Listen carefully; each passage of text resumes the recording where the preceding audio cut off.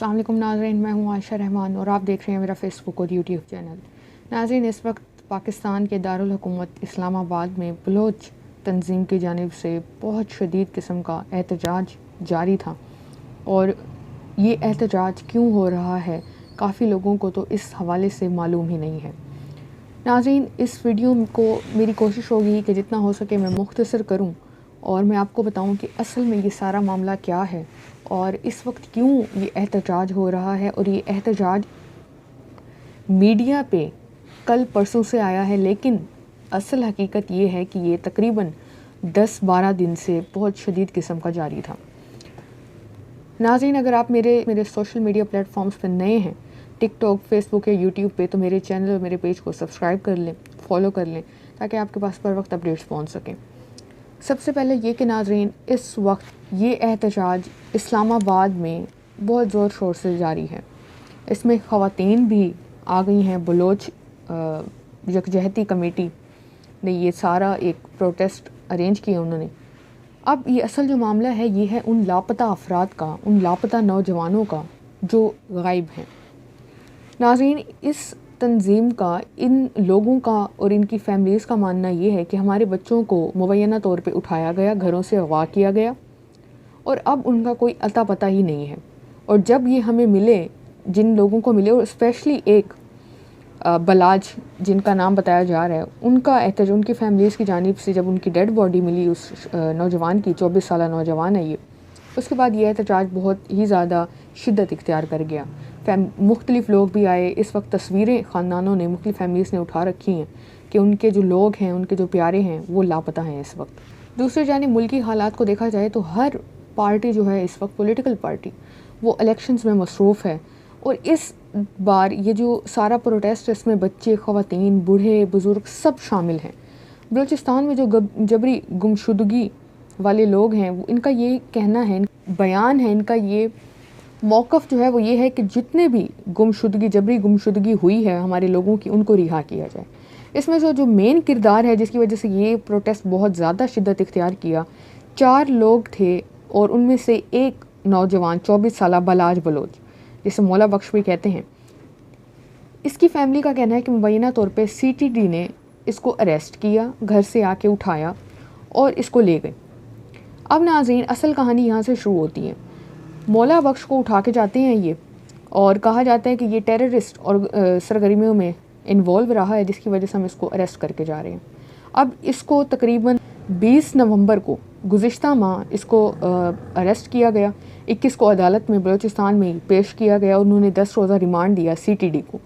जब ये रिमांड होता है तो उसके अगले दिन इस नौजवान की, मौला बख्श की, डेड बॉडी मिलती है हॉस्पिटल से, और मज़ीद 4 लोगों की भी। ये 4 लोग होते हैं, चौथा ये होता है। और उनकी जब डेड बॉडी इस नौजवान की मिलती है तो फैमिली बहुत ज़्यादा इनकी इल्ज़ाम भी लगाते हैं और वो कहते हैं, मुबैना तौर पर उनका ये कहना है कि हमारे बच्चे को काले कपड़ों में मलबूस कुछ शख्स आए, उन्होंने आके अरेस्ट किया और वो अपने साथ ले गए।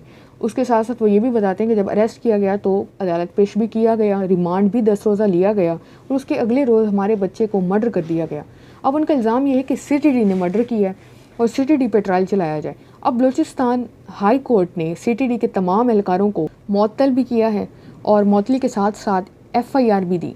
FIR अब हुई, लेकिन कुछ ख़ास इसमें मज़ीद कार्रवाई नज़र नहीं आई। और तुर्बत में जो CTD है उनके ख़िलाफ़ कार्रवाई की जाए, ये उनके अहलकाना का कहना था। और वहाँ से जो एहतजाज था ये जारी हुआ।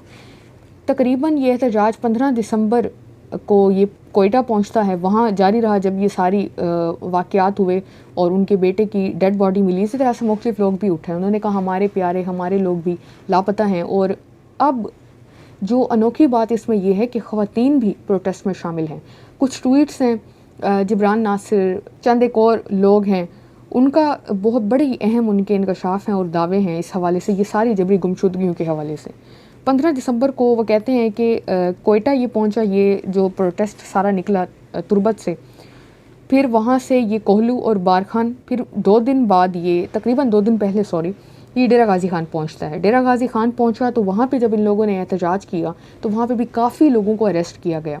जब अरेस्ट किया गया तो जो ह्यूमन राइट्स कमीशन था, ह्यूमन राइट्स कमीशन ने इसको इलीगल करार दिया और कहा कि तमाम लोगों को बगैर किसी शर्त के गैर मशरूत तौर पे इनको छोड़ा जाए। और ये जो अरेस्ट किए गए हैं लोगों को प्रोटेस्ट के दौरान, जबकि वो पुरअमन प्रोटेस्ट कर रहे थे, इनको गिरफ़्तार नहीं किया जा सकता था। तो ह्यूमन राइट्स कमीशन का ये कहना है कि फ़ौरन इनको रिहा किया जाए। ये 2 दिन पहले का मौक़िफ़ है। जब ये आया तो उसके साथ साथ एमनेस्टी इंटरनेशनल ने भी आके बयान दिया कि 17 दिसंबर को 20 लोग डेरा गाजी खान में इंतज़ामिया की जानिब से अरेस्ट किए गए और उनको रिहा तो कर दिया गया जब ये सारे बयान आए, लेकिन उन पे जो FIR कटें, जो मुकदमे हुए, वो वापस नहीं लिए गए। तो एमनेस्टी इंटरनेशनल का ये भी कहना है कि जब ये मुकदमे हुए हैं, ये सारे मामलात हुए हैं, तो ये मुकदमे भी खारिज होने चाहिए। सिर्फ रिहा होना इनफ नहीं है, मुकदमे भी ख़त्म होने चाहिए। अब डेरा गाजी खान से जब ये जो सारा एक प्रोटेस्ट था और ये भी मुख्तलिफ ऑर्गेनाइजेशंस की जानिब से कहा गया कि ये मज़ीद आगे जब ये जाएगा, प्रोटेस्ट होगा, लोग जाएंगे, पुरअमन तरीके से ये एहतजाज करें, इनको किसी तौर पे कोई रुकावट ना हो, किसी तौर पे अरेस्ट भी ना किया जाए। अब बलोच यकजहती कमेटी का ये लॉन्ग मार्च बलोचिस्तान के इलाके तुर्बत में मुबैना पुलिस मुकाबले में मारे जाने वाले बलोच नौजवानों के वाक़े की जुडिशल इंक्वायरी और लापता अफराद की बाजियाबी के लिए रवा माह के आगाज़ में तुर्बत से इस्लामाबाद के लिए रवाना हुआ था। इस्लामाबाद तो ये पहुँच गए, कल रात ही पहुँचे। अब बुध और जुमेरात की दरमियानी शब इस्लामाबाद पुलिस ने मुजाहिरीन के ख़िलाफ़ ऑपरेशन किया। अब ऑपरेशन किया तो पुलिस ने मजमूई तौर पर 86 के करीब मर्द और ख़वातीन को गिरफ़्तार किया, जिन्हें इस्लामाबाद के मुख्तलिफ थानों में रखा गया है। इससे कबल इस्लामाबाद पुलिस ने कहा था कि बलोच मुजाहिरीन के लॉन्ग मार्च को वफाकी दारुल हुकूमत के हाई सिक्योरिटी जोन में दाखिले से रोकने के लिए गैर मुहलिक तरीका इख्तियार किया गया, जबकि कुछ गिरफ़्तारियाँ भी की गई हैं। इस्लामाबाद पुलिस का भी यहाँ पे मेरे पास ट्वीट मौजूद है और उनका भी यही कहना है कि अयूब चौक पर भी मुजाहिरीन की तरफ से पुलिस पर पथराव किए गए, जिसकी वजह से हमने मुजाहिरीन को गिरफ़्तार किया। अब ये जो इस वक्त एहतजाज हो रहा है नाज़रीन, ये बहुत ख़तरनाक इस वजह से है कि ये ऐसे समझ लीजिए जो बलोच और तमाम लोग हैं, ये इस वक्त स्टेट को समझते हैं कि ये इन्वॉल्व है काफ़ी हद तक बलोचों की, जो उनके नौजवान हैं, उनकी जबरी गुमशुदगियों के हवाले से। मेरे पास ये एक ट्वीट मौजूद है, ये आपके सामने भी आ रहा होगा।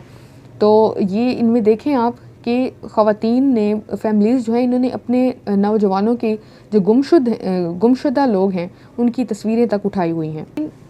ये सारा तो मामला हो गया कि असल में ये प्रोटेस्ट क्यों हो रहा था और असल इसके पीछे क्या मामलात थे। अब नाज़रीन, बहुत ही अहम लोगों ने मुख्तलिफ ट्वीट्स किए हैं इस हवाले से, इस प्रोटेस्ट के हवाले से। शहबाज गिल है, उनका कहना है कि बलोच ख़वातीन मार्च इस्लामाबाद और उस पर जारी क्रैकडाउन, पहली बार पूरा पाकिस्तान उनका हम आवाज़ बन रहा है। इससे पहले पाकिस्तानी खामोश थे या उनके दुख को समझ ही नहीं पाते थे।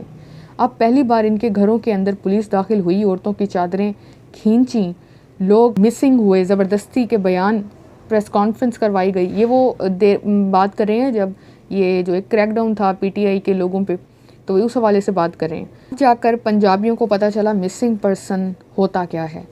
काजी फायज़ ईसा साहब पहले मिसिंग पर्सन के वकील थे, आजकल खुद मिसिंग हुए हुए हैं।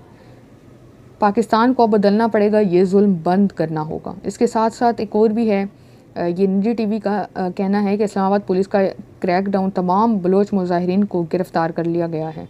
इसके साथ साथ ये कि बड़ी अहम पेशरफ्त भी हुई है। इस्लामाबाद हाई कोर्ट ने IG इस्लामाबाद और DC इस्लामाबाद को भी तलब कर लिया है बलोच ये जो मार्च चल रहा है इस हवाले से। कुछ ये ट्वीट्स थे नाज़रीन जो मैंने आपके सामने रखे और ये सारा मामला था इस वक्त जो प्रोटेस्ट है वो इस्लामाबाद में जारी है। ख़वातीन इसमें जो हैं वो शामिल हुई हैं और एक सारिफ का मैं पढ़ रही थी, मुझे नाम नहीं याद आ रहा, तो उनका कहना था कि ये पहली बार हुआ है कि बलोचों ने अपनी ख़वातीन को भी इस प्रोटेस्ट में शामिल किया है। तो लगता है ऐसा कि ये काफ़ी अलार्मिंग सिचुएशन है। तो देखें क्या होता है। लेकिन इस्लामाबाद में प्रोटेस्ट है जबरी गुमशुदगियों के हवाले से कि जो उनको गुमशुदा किया जाता है। आपकी इस हवाले से क्या राय है कमेंट सेक्शन में लाजमी बताइएगा। अपना ख्याल रखें, अपना फ़ीडबैक लाजमी दिया करें। अल्लाह हाफ़िज़।